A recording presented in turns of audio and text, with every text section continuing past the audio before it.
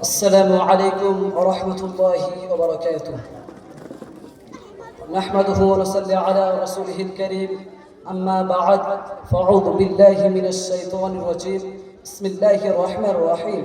شهد الله أنه لا إله إلا هو والملائكة وأولو العلم قائما بالقسط لا إله إلا هو العزيز الحكيم.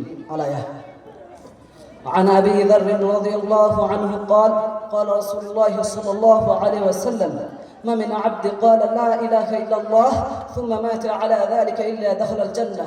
الحديث. উপস্থিত আজকে সালাম আঞ্জুমানের মাননীয় সম্মানিত সভাপতি মহাশয় ও সম্মানিত বিচারক মণ্ডলী ও সম্মানিত বাইরে থেকে আগত অতিথিবৃন্দ, সকলকে জানাই আমার পক্ষ থেকে আন্তরিক অভিনন্দন ও ভালোবাসা। আজকের আমার বিষয়বস্তু হচ্ছে তাওহীদ। তাওহীদ একটি আরবি শব্দ যার অর্থ হচ্ছে একত্ববাদ। এটি শিরকের বিপরীত। ইসলামের পরিভাষায় তাওহীদ হলো সৃষ্টি ও পরিচালনায় আল্লাহকে এক ও দ্বিতীয় বিশ্বাস করা, সকল উপাসনা কেবলমাত্র সেই আল্লাহ মহান আল্লাহ রব্বুল আলামিনের জন্য করা, অন্য কিছুর উপাসনা ত্যাগ করা, আল্লাহ সুন্দর নামসমূহ কোন ওলিকে তার জন্য নির্ধারিত করা, এমন দোষ দূর থেকে আল্লাহকে পবিত্র ও মুক্ত ঘোষণা করা।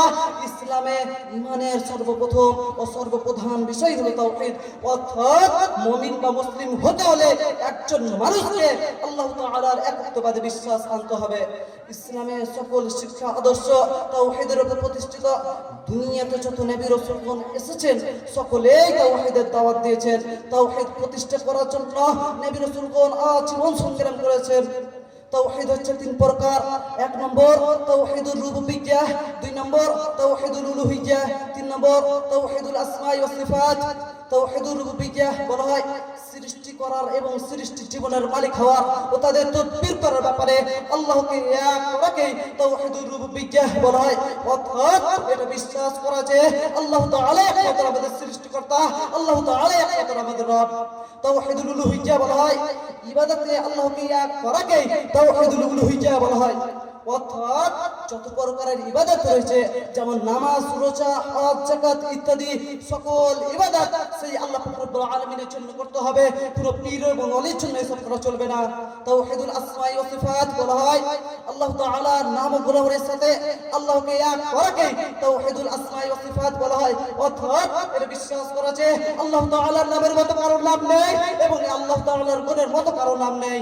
আল্লাহ পাক রব্বুল আলামিন তিনি কুরআন মাজিদের মধ্যে বলেন সূরা আল ইমরান আয়াত নম্বর 18 শাহিদাল্লাহু আন্নাহু লা ইলাহা ইল্লা হু ওয়াল মালাইকাতু ওয়া উলুল ইলমি কায়িমান বিল কিসত লা ইলাহা ইল্লা হুয়াল আজিজুল হাকীম। আল্লাহ তাআলা সাক্ষ্য দেন যে তিনি ছাড়া আর কোনো সত্য মাবুদ নেই, আর ফেরেশতা ও জ্ঞানীগণ তিনার ন্যায় দ্বারা প্রতিষ্ঠিত। তিনি ছাড়া আর কোনো সত্য মাবুদ নেই। আল্লাহ তাআলা একমাত্র আমাদের সৃষ্টিকর্তা। তিনি আর বলেন সূরা বাকারা আয়াত নম্বর 163 ওয়া ইলাহুকুম ইলাহুন ওয়াহিদ লা ইলাহা ইল্লা হুয়ার রহমানুর রহিম। আর তোমাদের আল্লাহ এক আল্লাহ, তিনি ছাড়া আর কোনো সত্য মাবুদ নেই, তিনি অতি দয়ালু পরম দয়াময়।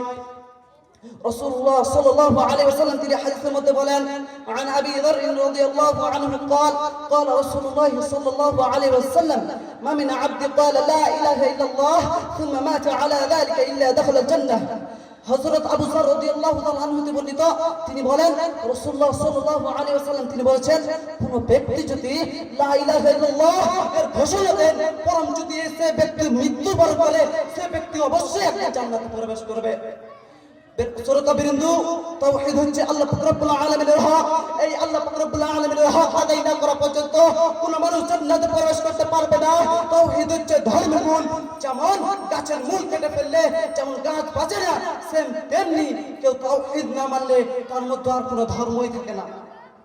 শ্রোতাবৃন্দ, তাহলে আমরা বুঝতে পারলাম যে তাওহীদ এমন একটা গুরুত্বপূর্ণ ইবাদত, যদি আমরা তাওহীদের উপর বিশ্বাস করি তাহলে আমরা একদিন জান্নাতে প্রবেশ করব। আর যদি আমরা তাওহীদ বলে বিশ্বাস না করি, আল্লাহকে এক বলে বিশ্বাস না করি, তাহলে আমরা কোনোদিন জান্নাতে যেতে পারবো না। তাই আমি আল্লাহ পাক রব্বুল আলামিনের কাছে পরিচিত করি, হে আল্লাহ পাক রব্বুল আলামিন আমাদের সকলকে যেন তাওহীদের উপর বিশ্বাস করা তৌফিক দান করেন। আমিন। আসসালামু আলাইকুম ওয়া রাহমাতুল্লাহ।